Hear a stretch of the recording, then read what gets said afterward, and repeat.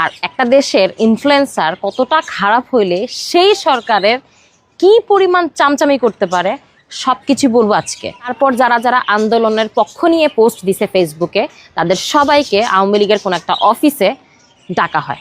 That means সেখানে আমিও ছিলাম। যদি আমরা সেই অফিসে না যাই, সামনাসামনি আমরা মিটিংয়ে না বসি, আমাদের যত সমস্ত ক্ষয়ক্ষতি করার তারা করবে বলে আমাদেরকে থ্রেট দেয়। তারপর আমরা অনেকটা বাধ্য হয়ে, মানসিকভাবে অনেকটা ডিপ্রেসড হয়ে আমরা সেই অফিসে যাই। যাওয়ার পরে যে সিনারি দেখি সেই ইউটিউবারের কি পরিমাণ চামচামি যে সে যে করতেছিল। আসসালামু আলাইকুম রহমতুল্লাহ, সবাই কেমন আছেন? আশা করি সবাই অনেক অনেক ভালো এবং সুস্থ আছেন। সবাইকে স্বাগতম জানাচ্ছি আমাদের আরেকটা নতুন ভিডিওতে। প্রতিদিনের মতো আমি আপনাদের কাছে রিয়াদ ফারুকী। একের পর এক ফাঁস হচ্ছে দেশের জনপ্রিয় কন্টেন্ট ক্রিয়েটর তৌহিদুদ্দিন আফ্রিদির কুকর্ম। ইতিমধ্যে আপনারা জানেন, ছাত্র আন্দোলন চলাকালীন তৌহিদ আফ্রিদির যে সরকার বিরুদ্ধে একটা ছাটকারিতা ছিল, দালালি ছিল, সরকার যে আন্দোলন চলাকালীন তৌহিদ আফ্রিদির যে সব শেল্টার দিয়েছিল, যেভাবে কন্টেন্ট ক্রিয়েটরদেরকে বিভিন্নভাবে রুখে দেওয়ার চেষ্টা করেছিল, সরকারের পক্ষে কথা বলানোর চেষ্টা করেছিল। ইতিমধ্যে তাসটিফ খান থেকে শুরু করে একের পর এক কন্টেন্ট ক্রিয়েটর বিভিন্ন সংবাদ মাধ্যমে বিভিন্ন জায়গায় তাদের তৌহিদ আফ্রিদি যে কীভাবে সরকারের ছাটকারিতা করতো, কীভাবে সরকারের দালালি করতো, কীভাবে সরকারের গুণগান গাইতো, এগুলো একের পর এক পাশ হচ্ছে সামাজিক যোগাযোগ মাধ্যমের। ইতিমধ্যে সরাসরি মুখ খুলেছেন বাংলাদেশের জনপ্রিয় ফুড ব্লগার ফুড আফ্রি। ইতিমধ্যে তিনি তৌহিদ আফ্রিদির যে কুকর্ম বা তৌহিদ আফ্রিদি যেভাবে সরকারের ছাটকারিতা করতো, দালালি করতো, সেগুলো ইতিমধ্যে ফেসবুক লাইভে এসে মুখ খুলেছেন ফুড আফ্রি। ইতিমধ্যে আপনারা সেই ভিডিওটা দেখলে ইতিমধ্যে হতভম্ব হয়ে যাবেন। একজন কন্টেন্ট ক্রিয়েটর কতটুকু কতভাবে যে সরকারের দালালি করতে পারে বা কতভাবে সে সরকারের ছাটকারিতা করতে পারে। ভিডিওটা আর বেশি কথা বাড়াচ্ছি না, ভিডিওটি লম্বা হয়ে যাবে, তো আমি সরাসরি ফুড আফ্রির সে ভিডিওটা দেখবো। প্রথমে ক্ষমা আছে নিচে আমি এরকম একটা থাম্বনেল দেওয়ার জন্য সবার কাছে আন্তরিকভাবে ক্ষমা প্রার্থী। আর বেশি কথা না বলে আমরা তৌহিদ আফ্রিদি কুকর্ম প্রসঙ্গে বা তৌহিদ আফ্রিদি প্রসঙ্গে যে সরকারের বা ছাত্র আন্দোলন চলাকালীন তৌহিদ আফ্রিদি যেসব কুকর্ম তিনি কিভাবে শেল্টার দিয়েছেন তার মুখ থেকে আমরা একটু বিস্তারিত। আমি একটা ভিডিও আপলোড করি যেটা ছিল কেরানীগঞ্জের উন্নয়ন নিয়ে। এরপর যখন নির্বাচনটা কমপ্লিট হয়ে গেল, এরপর পরই যে সমস্ত কন্টেন্ট ক্রিয়েটররা সরকারি প্রজেক্টে ভিডিও বানাইছে তাদেরকে একটা সেলিব্রেশন পার্টিতে ডাকা হয়, এবং সেই পার্টিতে অলমোস্ট বড় বড় কন্টেন্ট ক্রিয়েটর থেকে শুরু করে একদম আন্ডার 18 যে কন্টেন্ট ক্রিয়েটর তারাও সেখানে উপস্থিত থাকে। স্বাভাবিকভাবে সেই পার্টিতে আমিও যাই, কারণ দেশের বড় বড় ইনফ্লুয়েন্সাররা কন্টেন্ট ক্রিয়েটররা আসবে, সেই জায়গায় একত্রিত হওয়ার সুযোগ হাতছাড়া করার তো কোনো কারণ নাই। সেই সেলিব্রেশন পার্টিটা হয় ঢাকার গুলশানের একটা ক্লাবে। ওখানে যাওয়ার পরে দেখি পুরো বিষয়টাকে হোস্ট করতেছে বাংলাদেশের সেই টপ ইউটিউবার। ওখানে নানান ভাবে সরকার কি কি করছে, সরকার কি কি করে নাই, সরকারের গুণগান সবকিছুই বলা হচ্ছে। তো যাই হোক, বিষয়টা আমরা অত বেশি পাত্তা দিই নাই। আমরা আমাদের মতন করে এনজয় করতেছিলাম, ছবি তুলতেছিলাম, আমরা ফানি ফানি কন্টেন্ট বানাচ্ছিলাম, কেউ কেউ কোয়েশ্চেন অ্যান্সার, এই ধরনের অ্যাক্টিভিটিস আমাদের মধ্যে ছিল। হুট করে ডিনারের শেষে দেখলাম একটা পাশে কিছু একটা হচ্ছে। জিনিসটা আমার কাছে একটু খটকা লাগে, কারণ জায়গাটা একটু অন্ধকার ছিল। তো আমি বোঝার চেষ্টা করি যখন আসলে হচ্ছেটা কি। আমার তো এই ধরনের কোনো এক্সপিরিয়েন্স নাই বা এই ধরনের জায়গাতে আমি যে অভ্যস্তও না।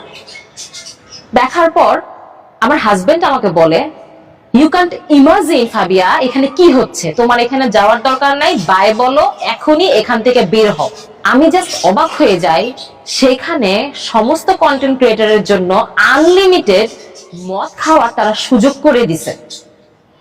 ভাবতে পারতেছেন, সরকারের গুণগান গাও, সরকারের পক্ষ নাও, সরকারের পক্ষে কথা বলো, ভিডিও বানাও, তার বিনিময়ে মদ খাও, টাকা নাও, যা খুশি তাই পাও।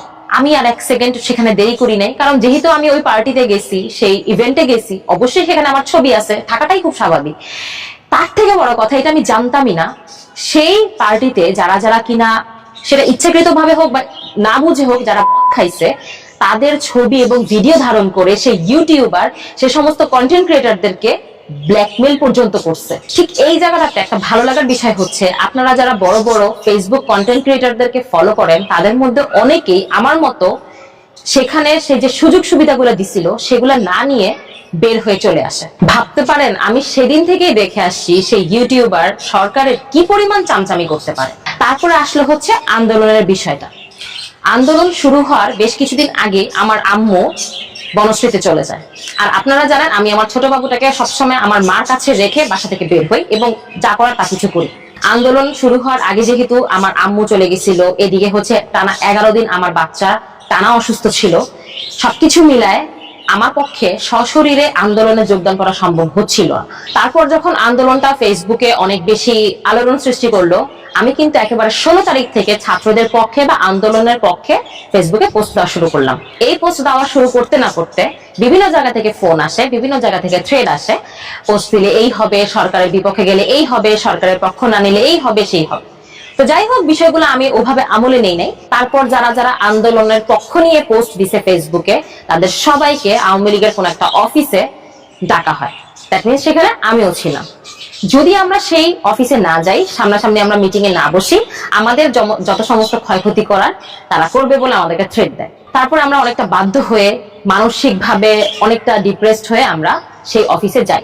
যাওয়ার পরে যে সিনারি দেখি সেই ইউটিউবারের কি পরিমাণ চামচামি যে সে যে করতেছিল, আমার জাস্ট লজ্জা লাগতেছিল এটা ভেবে যে আমি আমার কলিগদের সামনে জাস্ট সরকারের চোখে পড়ার জন্য বা সরকারি কোনো একটা পদ পাওয়ার জন্য আমি এই পরিমাণ এই পরিমাণ ছেঁচড়ামি আর এই পরিমাণ চামচামি করতেছি, সেটা আবার আমার সহকর্মীরা দেখতেছে। মানে তার ভিতরে যে কোনো পরিমাণ লজ্জা শরম নাই, এটা আমি সেদিনই বুঝতে পারছি। সেখানে ডাকার পর দেখলাম যে অনেক মন্ত্রী মিনিস্টাররা ছিল, ছাত্রলীগের কিছু নেতা টেতা ছিল, তারা আমাদেরকে নানানভাবে ভয়ভীতি দেখিয়ে সরকারের পক্ষ নিয়ে, ছাত্রদের বিপক্ষ নিয়ে ফেসবুকে ভিডিও বানাতে বলে।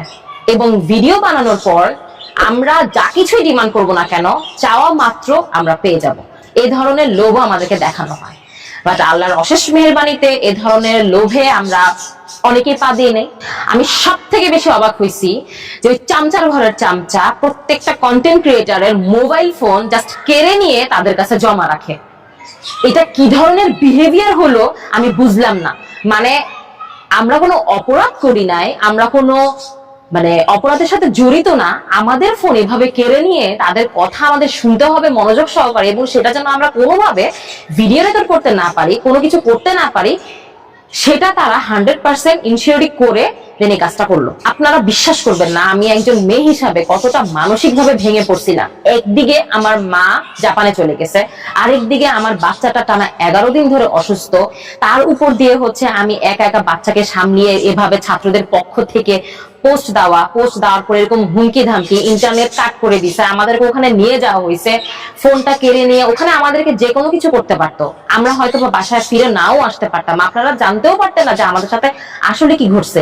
কারণ সেখানে যে আমি যাচ্ছি, আমি যে কাউকে জানাবো, কোথাও আমি পোস্ট দিব বা কোথাও আমি একটা লোকেশন শেয়ার করবো, সেরকম কোনো পরিস্থিতি কিন্তু আমাদের ছিল না। আরেকটা বিষয় হচ্ছে ওখানে অনেক অনেক কন্টেন্ট ক্রিয়েটরদেরকে ডাকা হয় যারা কিনা ওখানে উপস্থিত থাকে নাই, এবং আমাদের সামনে তাদেরকে উদ্দেশ্য করে বলা হচ্ছিল যে যারা আসে নাই তাদেরকে তারা দেখে নিবে।